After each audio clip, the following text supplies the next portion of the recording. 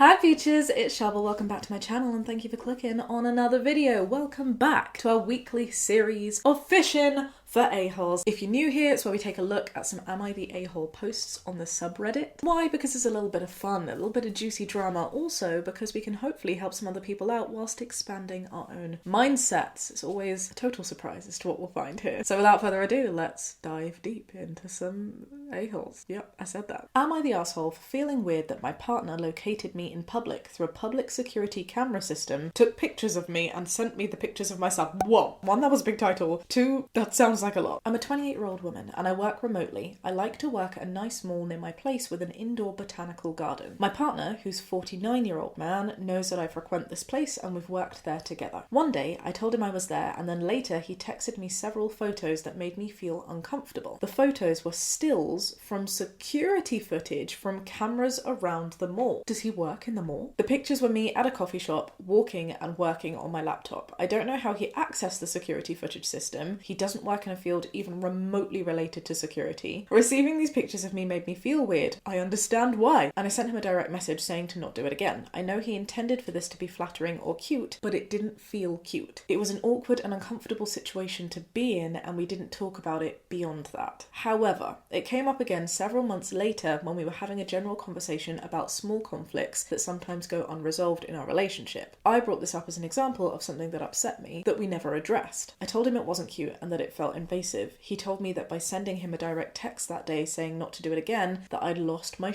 on him just to make him seem like a creep and that I was delusional for being upset. He said he talked about it with his friends and they said it was actually cute and I was basically being overcritical or harsh. So am I the asshole? No, you are not the asshole. And honestly, anybody's opinion on the actual situation is totally irrelevant as to whether someone is the asshole or not in this case. If we take it to a different scenario, he bought you flowers and chocolates and you found it weird. Objectively, would he have been odd for doing that? No, and he's in no way wrong for doing something that he thinks is cute. However, if you then communicated afterwards that you didn't find that particularly cute and it made you feel uncomfortable, the only appropriate response in that moment is to accept your partner's feelings. If they're sharing a feeling with you and they don't like anything that you've done, whether objectively or subjectively it was a right or wrong thing to do, you need to accept that you have made someone feel that way and not call them delusional. Secondarily, you should also find out why they feel that way. After you've already acknowledged that the actions that you have done have caused somebody hurt, at that point you can then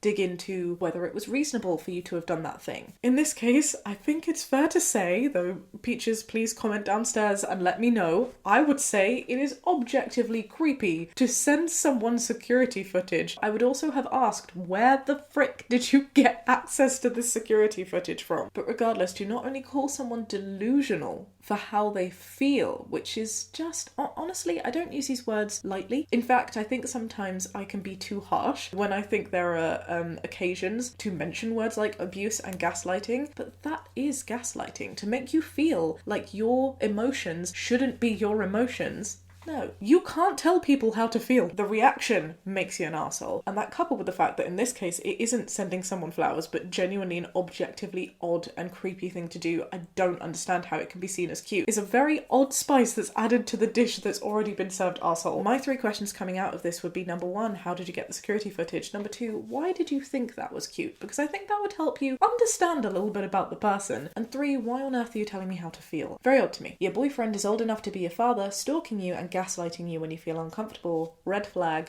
run. Okay, I did notice the age gap. I didn't want to comment on it because I don't actually think it's relative to the situation. Maybe in a reason why they think it's cute or a reason that someone feels a need to call someone delusional, there could be a dynamic of, oh, it's because this person's wanting to take control because they're a significantly older person. It could also be the fact that they're a man. Who knows? But I don't think the age gap is actually relevant in this situation because people could be doing that at any age. I absolutely agree with the gaslighting point though, and I would consider that a huge red flag, especially if you bringing it up as something to be addressed interest, he then snaps back at you and calls you delusional. That's not okay. It's creepy that he's spying on you. This is not a healthy relationship. Opie actually responded and said, thank you so much. I feel so validated and relieved. I think I'm generally pretty good at being objective and keeping it cool. I tried to just be clear and direct with my message. I do think that if anything, I underreacted. I agree. Being punished for having negative emotions feels absolutely terrible. I agree, my love. And yay, the internet strikes again in a very positive way. I'm so glad that this forum exists because people can learn, you know? Even if it's just for a sanity check, it must be so difficult, particularly if you're being gaslit, to understand right from wrong. And a sanity check can be an incredibly valuable thing. Wishing you the best, my love, and I'm really hoping that whatever comes out of this, you are in a place now, whether you're in that relationship or not, to feel safe in feeling feelings. Okay, let's move on. That was a very deep one to go into first. Am I the arsehole for getting mad at my parents for forcing me to wear a tampon? What is wrong with people? I'm 15 years old and my first period was about a year and a half ago. My mum, a 46-year-old woman, had her last period about 12 years ago due to a period-stopping medication. I decided I wasn't going to use tampons, a personal preference that both of my parents don't approve of. I know we need to read more details, but I'm finding it very odd that your parents feel they have a right to tell you what to put in your vagina. Their argument was that I had to do something new and deal with my parents in a more efficient, sanitary way. For information, OP uses pads, takes out their bathroom trash on their own, and are sanitary about it. They thought tampons were more practical and less to deal with, yet my mother couldn't help me because it had been so long that she forgot what it really feels like. I refused to put in a tampon, saying that it made me feel uncomfortable and that I wasn't ready. They didn't talk to me for a week until I put one in, which I didn't. I got my period at sleepaway camp 2 weeks later and wanted to make my parents proud, so I learnt to put in a tampon with the help of a camp mum. Long story short, it was a disaster. Although I'm glad I tried it, I probably won't do it again. When I told my parents, they weren't proud and just said that it was something that I needed to learn, even though I was completely fine before. I think it was totally unnecessary that my parents didn't talk to me for an entire week over a personal decision that shouldn't even concern them, but I can't help but think, were they in the right? Am I the arsehole? Oh, babe, no, you are not the arsehole. The only way that I can see rationality in where your parents are coming from is the idea that if you've only ever used pads and you've never used tampons, perhaps your mum always used tampons, she was like, you don't know what you're missing until you've tried it. The example that's coming to my mind right now is so odd, is Indian takeaway. Jamie always used to order a korma. And I'm like, it's totally fine for you to have a korma, babe, but you might be absolutely mind blown by the incredible curries that are out there that you won't know about unless you try them. So I would encourage Jamie to have more than his korma, and he's now found tikka masala. Also not necessarily the most adventurous choice, but you know what? He's found a curry that he likes even more that he wouldn't have known about until he tried it. This is a very roundabout way of saying that I can see from a parent's point of view why you'd want your kid to feel exposed to a range of options and solutions for them, because ultimately trying something new could make your kid's life better. However, there's a big caveat to that, and that is that the parent's responsibility to expose you to new things, in this scenario in particular, stops at letting you know that tampons are available and that here is how to use them. It is simple as that. Your body,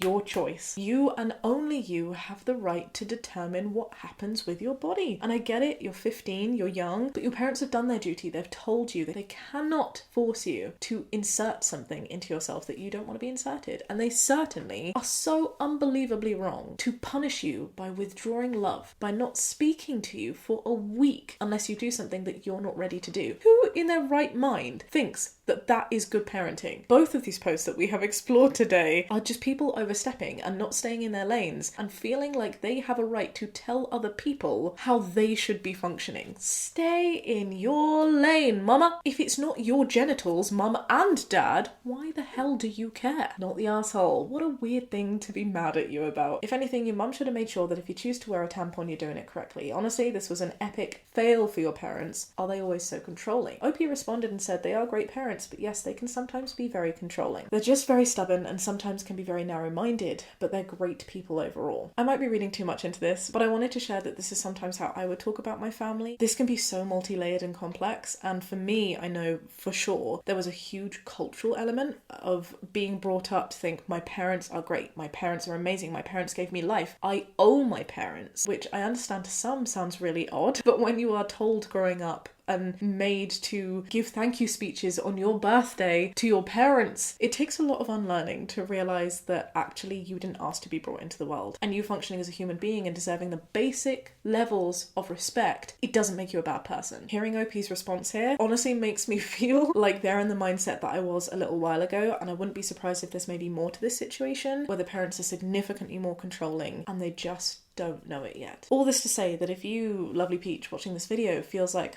yeah, I can relate to OP and the conflict that they're going through, it might be a really good idea to speak to someone, because it took a range of different experiences of me being exposed to different viewpoints and having people tell me that, actually, babe, that's not right. Just putting that out there to anyone who could genuinely use it. This kind of behaviour in reaction to something that is and always should be your choice is nothing short of emotional abuse. Not the arsehole. Forcing you to use tampons is bad enough. It was coercive and a violation of your bodily autonomy. To then refuse to speak to you for a week because you refuse to comply with this coercion is over the edge. The fact that you still think that they're great people says that you don't really have an understanding of how badly you're being treated. Please talk to a counsellor if you can. Couldn't have said it better myself. Let's do one more. I'm hoping that it's going to be a little bit lighter. Am I the asshole for telling my husband he can't invite his brother in our home whilst I'm pregnant? I'm 5 months pregnant and I've had some complications as well. Despite being advised bed rest, I have to cook, clean, and do household chores as before. I'm working full-time as well. That is certainly not bed rest. I had to ask to work from home 3 days a week, as after coming home from work, I'm in no position to cook, and I've had to go to the ER because of the exertion. The days on which I go to the office now, we usually order from outside, or my husband helps with the food prep. My husband invited his brother, who lives in another country and is currently unemployed, to come and look for a job here and stay with us. This could take months as he doesn't have any job prospects at the moment, and we already live in a small one-bedroom apartment, and he would have to sleep